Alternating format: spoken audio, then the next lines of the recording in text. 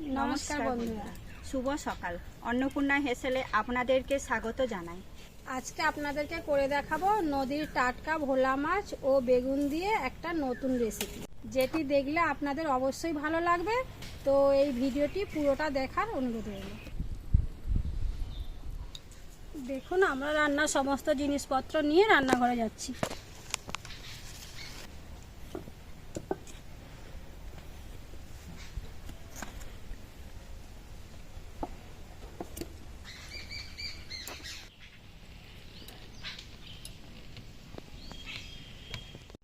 আমি সবার প্রথমে সবজিগুলি কেটে নেব।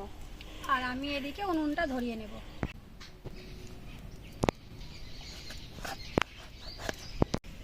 দেখুন বন্ধুরা, বেগুনটা আমাদের গাছের, যেহেতু অসময়ের বেগুন তাই সাইজটা একটু ছোট।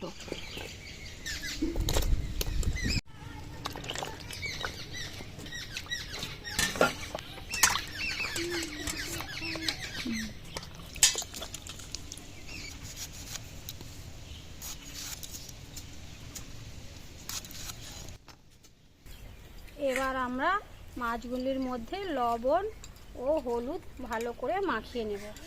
এগুলিকে ভালো করে ঘষে ঘষে মাখিয়ে নিতে হবে। তো বন্ধুরা, আপনারা এখানে যে মাছগুলো দেখছেন এগুলি রূপনারায়ণ থেকে ধরা। তো আপনারা তো অনেক ধরনের ভোলা মাছ খেয়েছেন। তো এখানে দেখুন, এই যে মাছের লেজগুলো যে সরু, তো এই ধরনের মাছগুলি খেতে বেশি স্বাদ লাগে। আমি এবার পেঁয়াজ আর টমেটো বেটে নেব।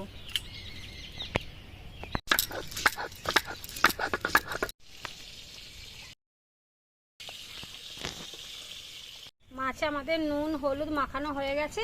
এবার আমরা মাছগুলিকে ভেজে নেব। আমাদের গরম হয়ে গেছে। এবার গরম তেলের মধ্যে এক এক করে মাছগুলিকে ভেজে নেব।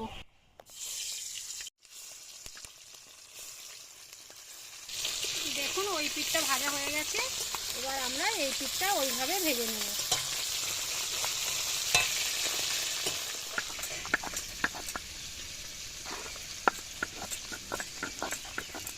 মাছগুলি এইভাবে লাল লাল করে ভেজে নিতে হবে।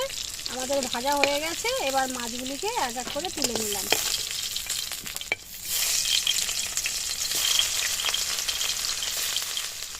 আমরা ওই তেলের মধ্যেই বেগুনগুলিকে ভেজে নেব।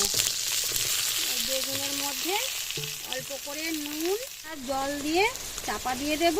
তাতে করে বেগুনটা ভালোভাবে সেদ্ধ হয়ে যাবে আর তেলও কম টানবে। এবার ঢেকে দিলাম। কিছুক্ষণ পরে আমরা খুলে দেখব। বাবু সোনাকে একটা মাছ ভাজা দিয়ে দিলাম।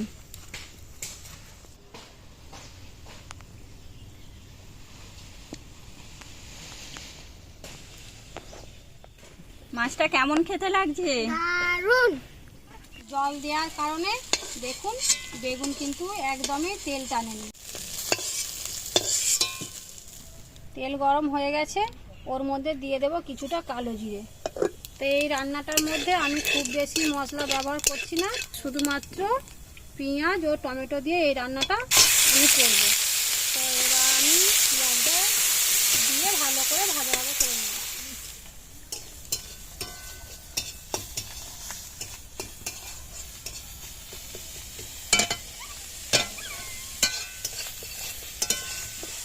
এবার আমি দিয়ে দেবো টমেটো বাটা। টমেটো আর পেঁয়াজটা ভালো করে একসঙ্গে কষতে হবে। টমেটোটা আমরা বেটে নিয়েছি, কারণ এতে তো অন্য কোনো মশলা ব্যবহার করিনি, তাই গ্রেভিটা যাতে একটু গাঢ় গাঢ় হয়, তাই টমেটোটা বেটে নিয়েছি।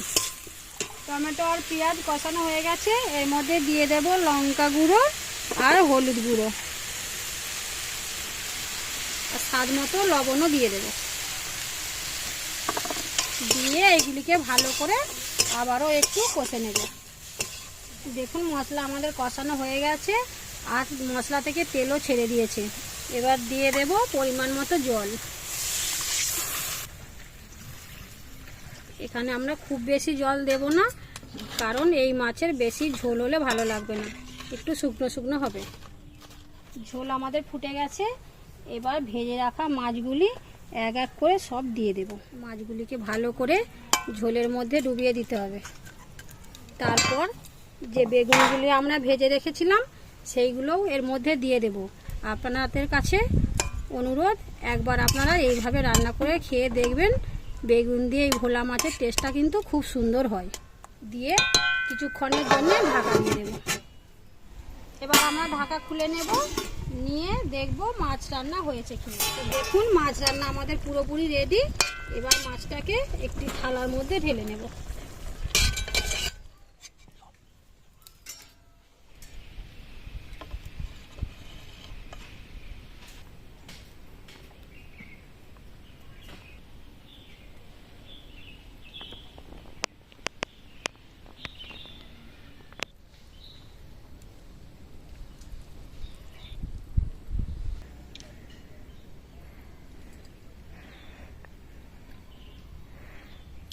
বন্ধুরা, এই বেগুন দিয়ে এই মাছের রেসিপিটা খুব সুন্দর খেতে হয়েছে। আপনারা অবশ্যই বাড়িতে বানাবেন। আমাদের ভিডিও আমরা এখানেই শেষ করলাম। যদি ভিডিওটি আপনাদের ভালো লেগে থাকে তাহলে লাইক, কমেন্ট, শেয়ার অবশ্যই করবেন। ইউটিউব থেকে দেখলে সাবস্ক্রাইব করবেন, আর ফেসবুক থেকে দেখলে ফলো করবেন। ধন্যবাদ।